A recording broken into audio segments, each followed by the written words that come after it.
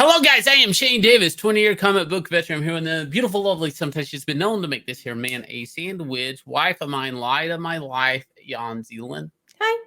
And today is the day we are talking once again as the American comic book industry is falling apart as Marvel Phase 4 is ripping apart at the seams and diversity is biting back. Here we go.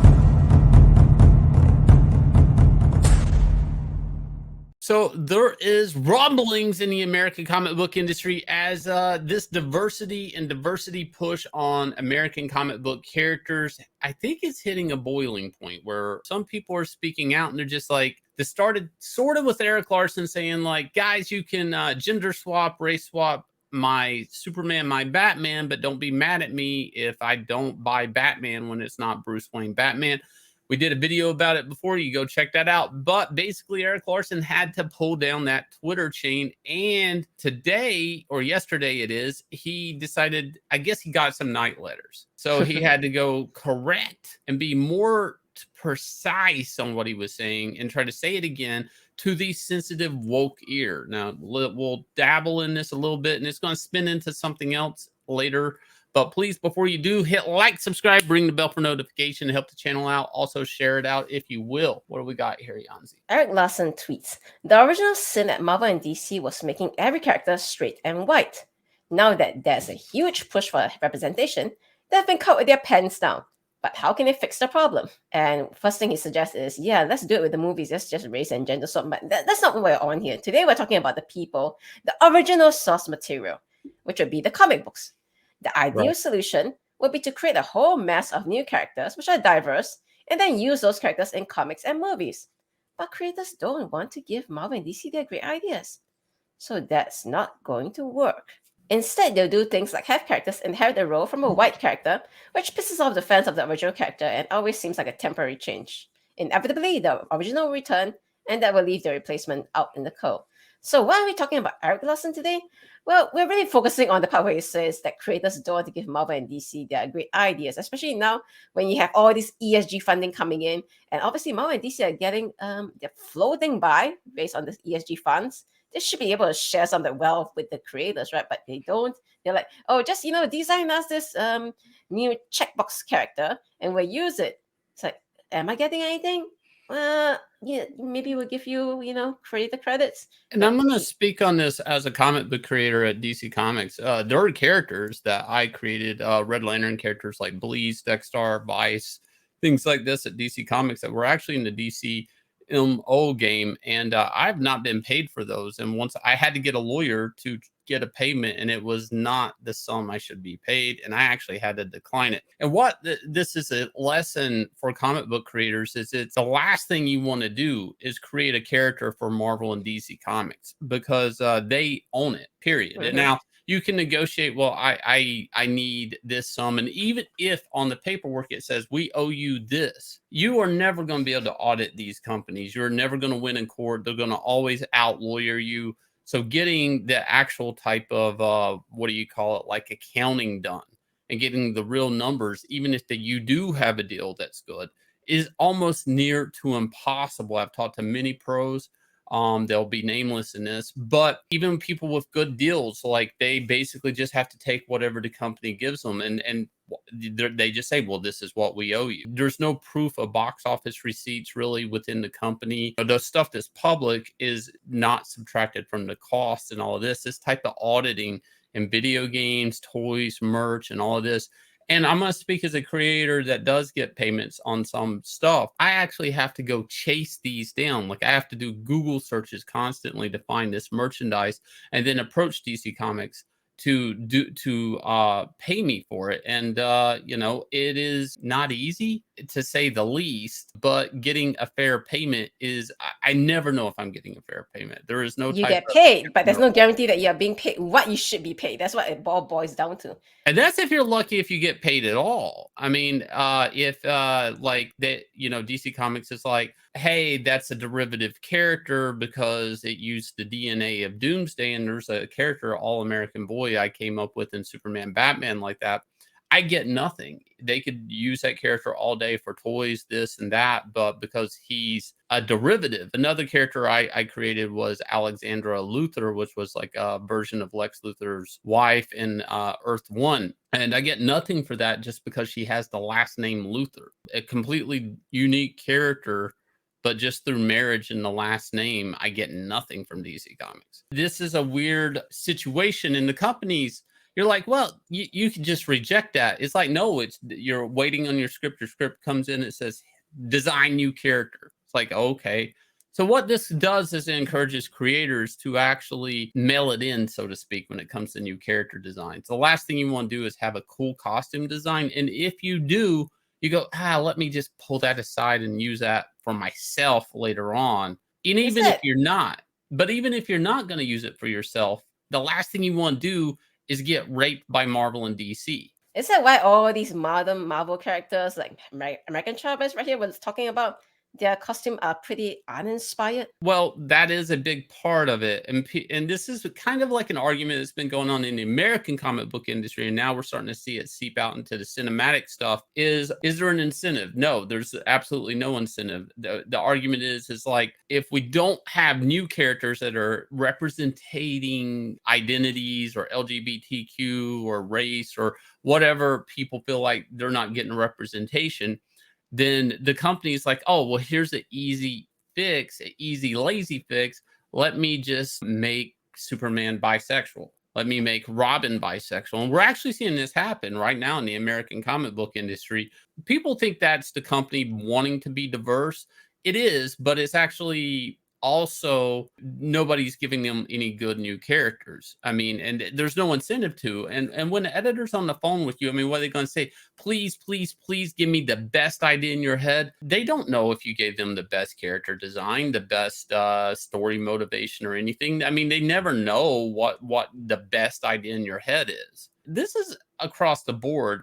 Now, there's enough war stories about the Siegel, the Schusters, the Kirbys, all of that. But one thing everybody sees is the merchandise on the shelves. And everybody knows I don't want to be a Marvel Legends toy and not get paid, because Marvel has a tragic history of not paying creators, where the heirs of these creators are having to sue the companies constantly.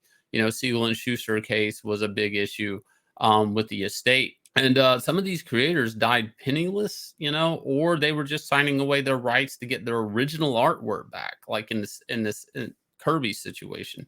Very, very tragic. Here we have and this is going to be the new norm, I think, coming out with every one of these Marvel Phase 4 things. America Chavez, co-creator, declines an insulting offer for Doctor Strange 2. And he says it's basically the sum of what, $5,000?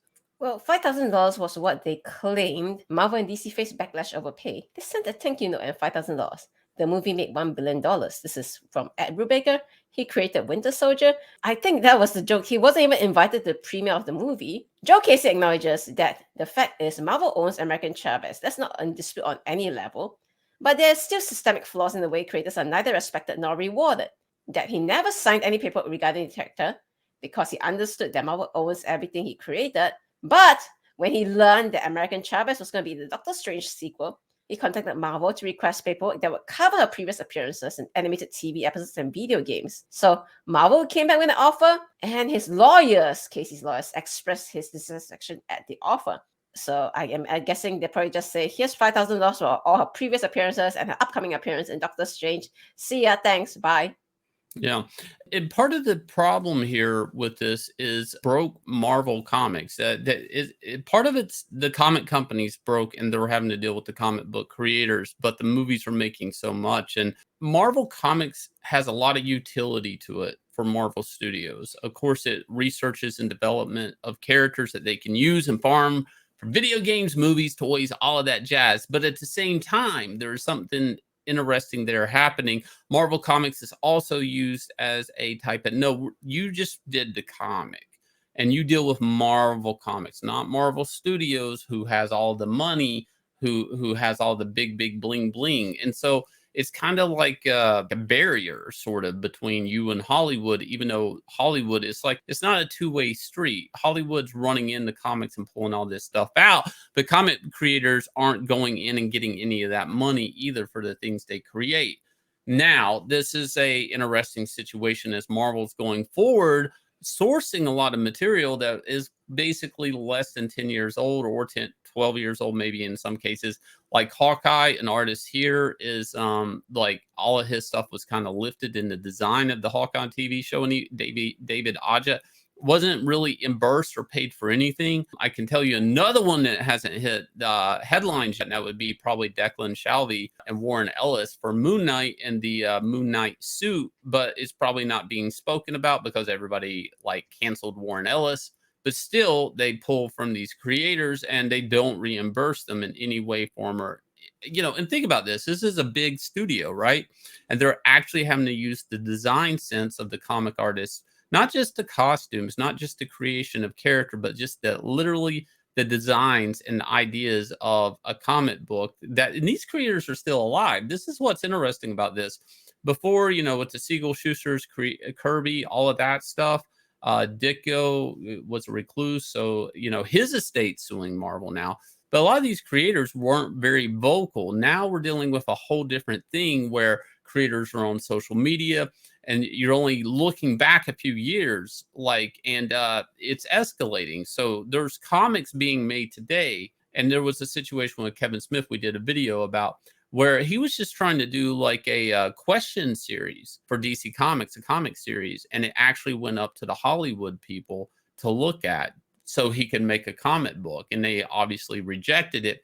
But the idea is Kevin was saying, well, I just wanted to make a comic, not a question TV series or a movie or whatever. Of course, he would have taken that too. But this is an interesting time in the American comic book industry where a comic book for Marvel and DC Comics is not just a comic book. And everybody needs to be jaded as F right now if you work for Marvel and DC. You really need to take note, put your ear down to the ground, whether you're against each other because of identity politics or politics in general, or what type of comics should be made. It still is all the same. This is a broken business model that will not survive this pop cultural transmedia entertainment empire. This is and this could, I mean, comic sales are at an all-time low. So, you know, the justification of keeping comics alive is creators, we're only going to pay you to do comics and keep comics alive as long as you keep giving us ideas. That's fine, sure. But that doesn't mean creators shouldn't be reimbursed for those ideas at the same time, especially if this is happening more and more often. And also that comic rates are going down. You know, people are making less money in comics. And the studios got, you know, this is a perfect situation for them. They look at the comic sales, said the comic sales aren't doing well. We pay you less, but we get to pull everything out of it and wring it out and try to make every dollar we can off of toys, off of TV shows, off of movies, off of streaming. And we don't get to make one movie. We get to make 6 if we can. You know, Lin Wein was famously only paid $25,000 for Wolverine, period, for every Wolverine movie, every Wolverine toothbrush, everything. Like nothing like that should ever happen. That we have labor laws in America, and nobody's looking into this. Nobody's sticking up for creators in this situation. But you know what's being stuck up for? Inglorious Rex, $253,000 over. We're moving on up. Could this be a $254,000 campaign? Over $250,000 for a book about monsters punching one another. I'll leave you guys with the trailer. Please hit like, subscribe, ring the bell for notifications, and I will catch you guys again with another video.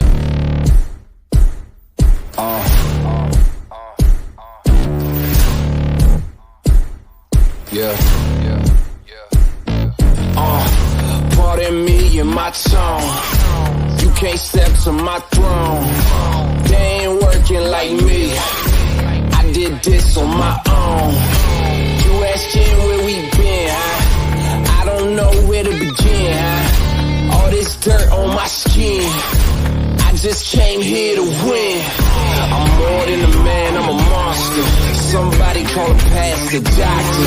I got a 6 sense for imposters, so now I'm coming for the whole roster. It's not a game, why you playing with me? You could double back, lose track, try and hang with me. It must be in my veins, something you can't tame, cause I break the game. Can't control me.